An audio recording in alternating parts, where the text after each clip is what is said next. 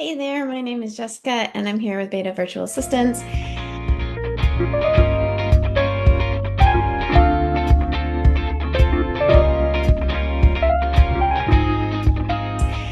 I started Beta Virtual Assistants as a company that can help taxpayers figure out how to report their crypto. And what I really love doing is really digging into like the strategy part of it. It isn't just about knowing where all of your crypto is. It isn't just about making sure that your taxes are telling the right story.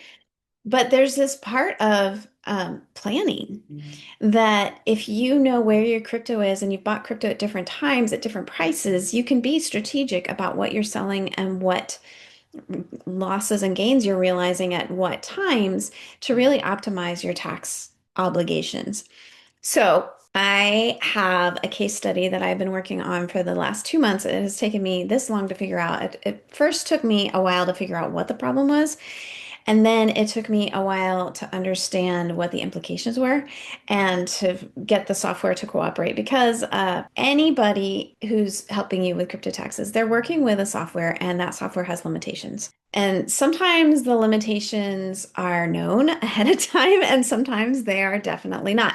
So we have a lot of people who come to us and they've been using Coinly or Coin Tracker or some other software like that. And, so many of these softwares, you import the numbers and you push a button and you hope for the best, and you're not really sure what happens. And if you're lucky, your software will tell you, hey, when you did that caused these consequences, and you've lost your cost basis for these tokens over here, and you should probably do something about that. But the software doesn't always tell you. Well, I have a client that I've been working with, I think 3 or 4 years now, and this client has had a lot of funds involved in their investing. It's been crazy because I'm actually a little bit jealous of this client because they bought Bitcoin when Bitcoin was like $16,000 a coin, which was the time I should have been buying. And I've been saying all these years, oh, I should have bought Bitcoin then. And I've been regretting it ever since. But this person actually bought a whole ton of Bitcoin at 16,000 and has been selling it and has been moving it around and doing different projects. And we do their taxes. And this year, well, last year, they contacted me several times during the year and said, if I sell this Bitcoin, what consequences is it going to have? And I always wanted to dig really deep into that and be like, okay, if you sold it from this wallet, that's going to have this cost basis and it's going to be long term. But if you sell it from this wallet, it's going to have this tax consequences and it's going to be short term, and kind of juggle all the pieces. There's a lot of moving pieces though when you're trying to optimize taxes like that. And they never really had patience for me. I think they were like, whatever. Well, I'm going to geek out for you today because this client ended up having just an amazing case study. One of the great things about the software that we recommend, coin tracking, is you can choose different methods for your country or for your situation. So for instance, if you want to use first in, first out 1 year, and then you want to use last in, first out a different year, you actually can do that in the software. You can run a multi-report, which means you select that you did first in, first out for 2020 and last in, first out for 2021 and highest cost first out. You can mix it up. You might be wondering, how can you just choose a random method? And the IRS really specifies for USA-based customers that you need to either use first in, first out, which is the first Bitcoin that you bought is the first Bitcoin you sold, or you need to use specific identification. Now, specific identification can be these methods that you hear about, like last in, first out, or highest in, first out.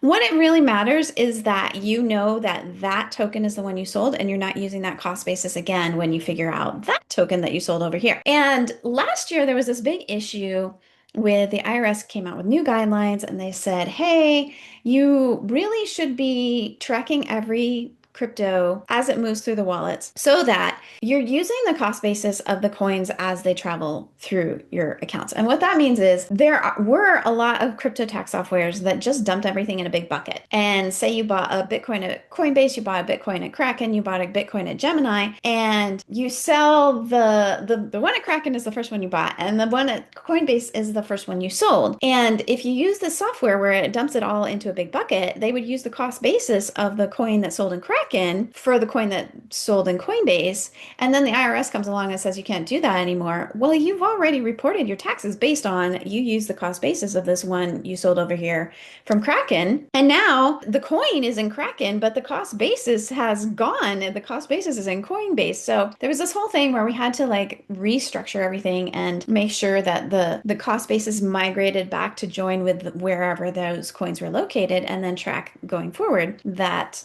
this coin is moving here and it has this cost basis and the cost basis is going with it. And it was complicated. And those most of the tax softwares out there saw this coming and they had about 6 months to prepare, and they built solutions for this. And the solution that built was called the reallocation report.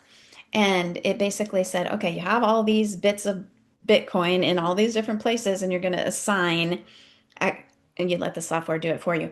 You assign the different cost bases that are still left to the coins that are still left, and everything is kosher.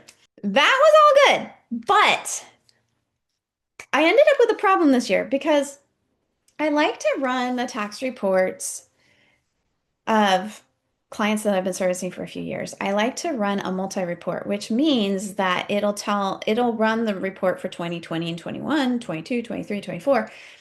And then I like to compare those numbers and I like to say, do they match? Do they match what happened before? Are we reporting the same numbers? Because if it matches, that's a pretty good indication that yes, we have used each cost basis of each coin once and everything's assigned properly. And this client has been with me since they first started reporting. So they didn't have any of the issue. I always told my clients, I don't understand this universal bucket thing. So we always used what is called depot separation in this software. And in other softwares, it's called like wallet separation or whatever. And so we didn't have the whole like you have to reassign everything, cost basis and everything to this particular case.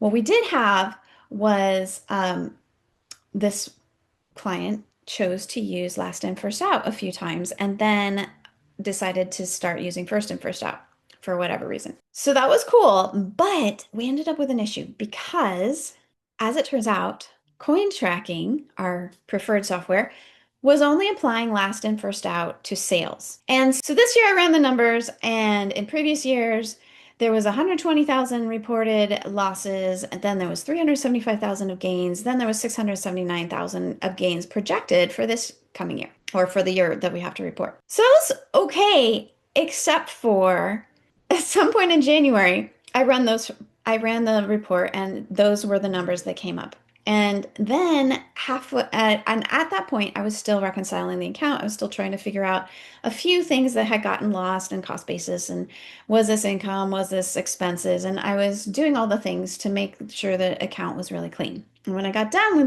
making sure the account was really clean, I ran the numbers again. And the new numbers had almost no relation to the previous numbers. So the new numbers said there was a loss of $3,679. There was a gain of $360,000, and then there was a gain projected for 2025 of $638,000. It's like, okay, now I can understand why there was a difference between the last set of numbers, because the last set of numbers I was still cleaning up at the time when I ran the first report.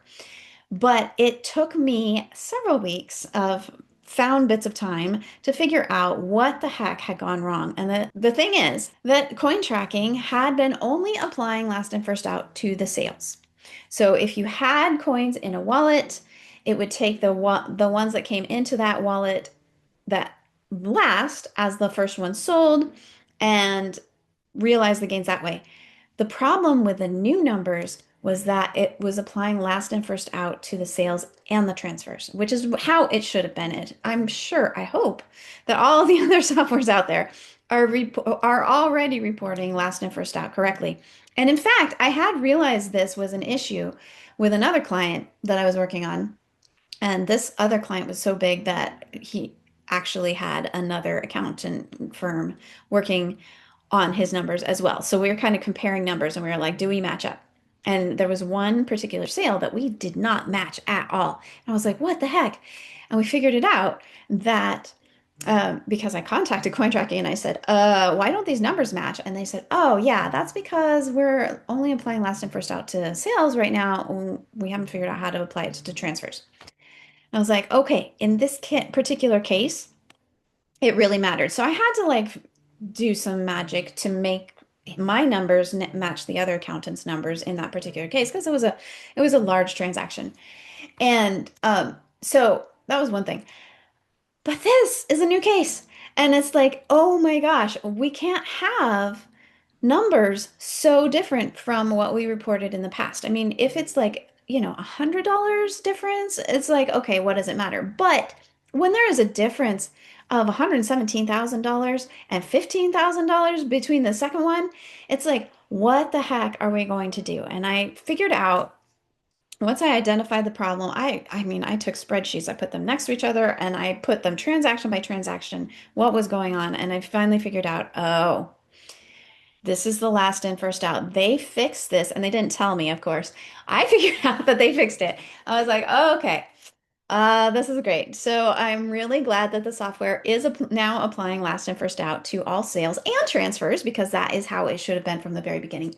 But in the meantime, I've got this problem because there is huge difference of $120,000 reported as losses. If this person ever gets audited, they could be like the IRS could, I don't know how the IRS would figure this out, but they would look at the numbers and they would say, okay, these numbers say $3,700 of losses. These numbers say $120,000 of losses. You overreported by $117,000. Now you owe fines, you owe penalties, you owe interest, all the bad things. And I did not want that to happen to this person. So I thought about that whole global reallocation thing, and I was like, okay, what if we take the cost basis of the numbers that were left over at the end of 2024 and we apply them to the the current coins that are in the wallets, just like we did for the global reallocation issue. It's actually the same timing because the global reallocation is affecting 2025 numbers. And so it's like, okay. So that's what we did.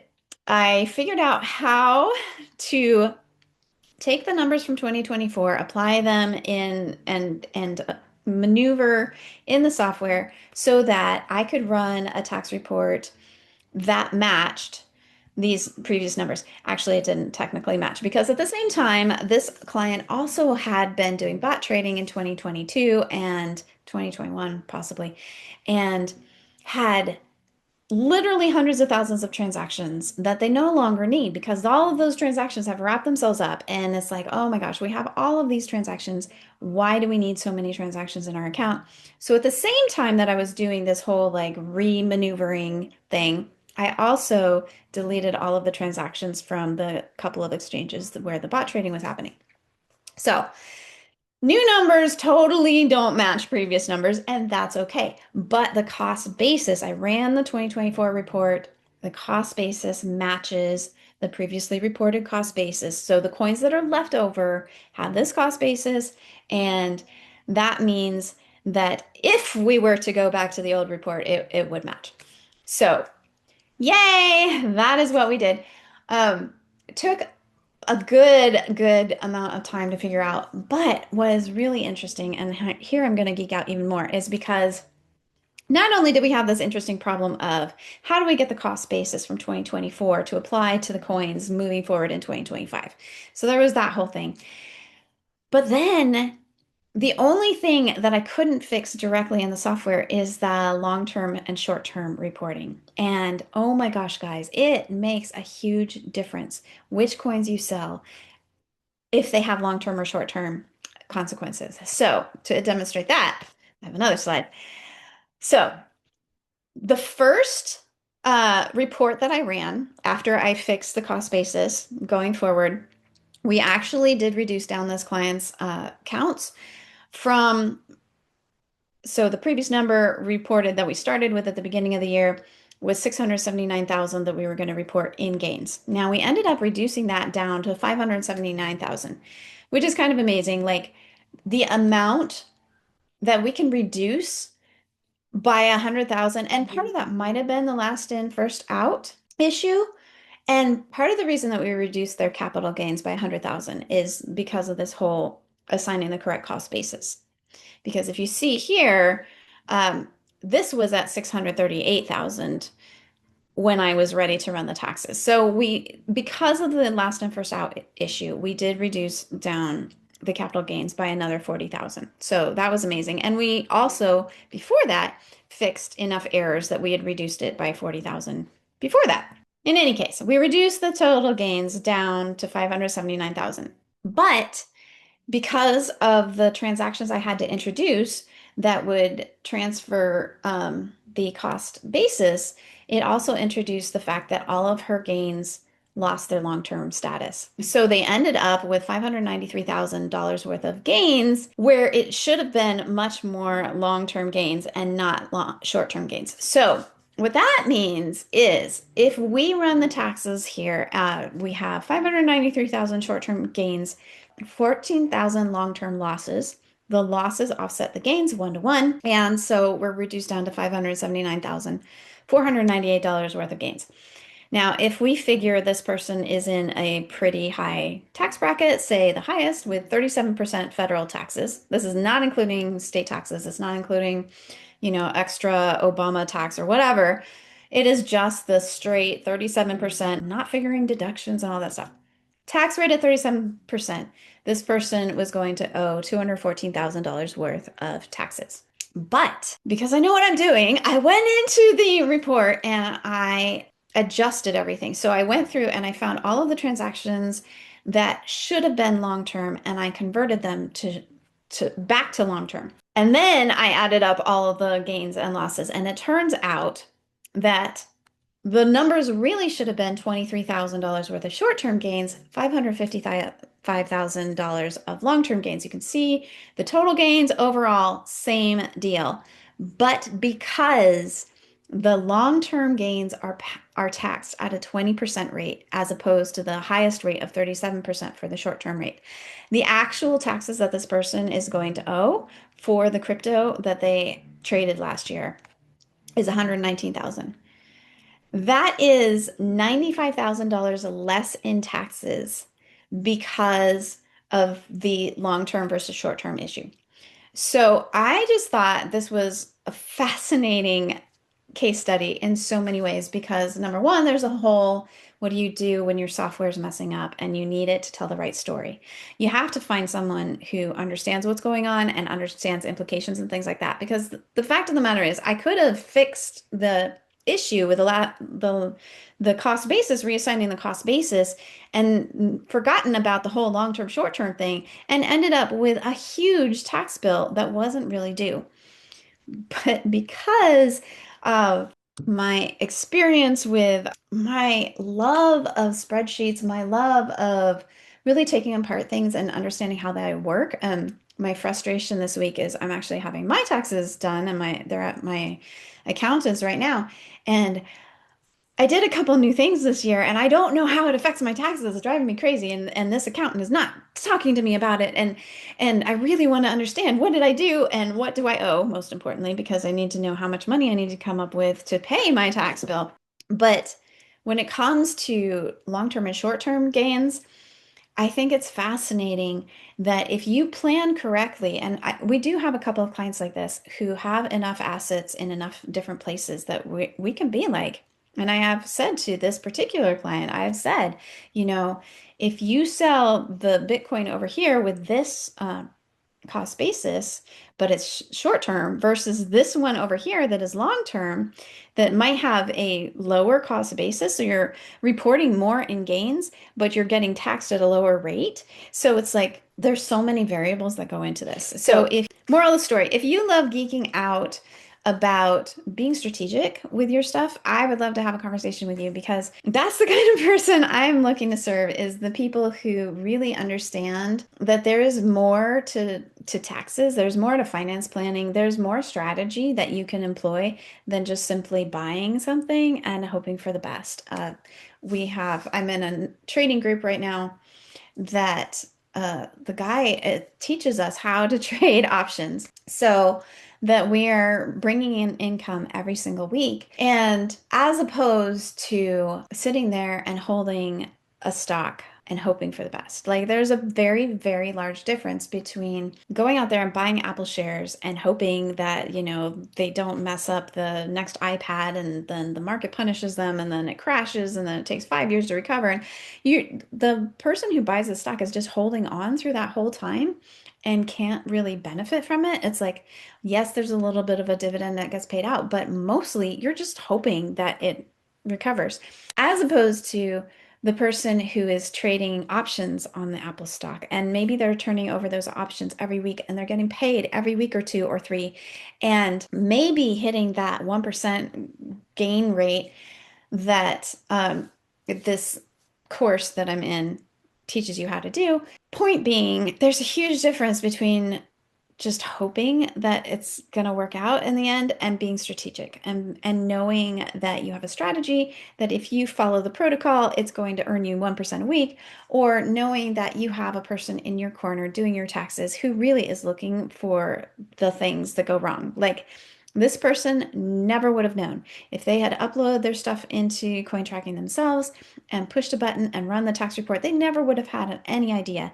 that they were exposing themselves to potential problems in future audits if the IRS can I mean, it's complicated, so I don't know if the IRS could figure it out, but if they do figure it out and then they come after you and then you're like $117,000 worth of difference, that's a lot of consequences. That's a lot of interest. That's a lot of penalties and things.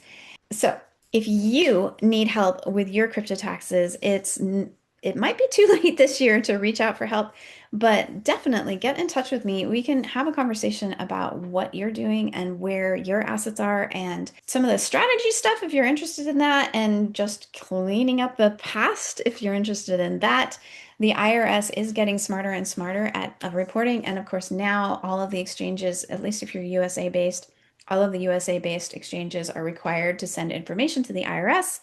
Not all of the information yet because they're phasing it in, but this year they are required to send your crypto sales to the IRS on a 1099-DA form.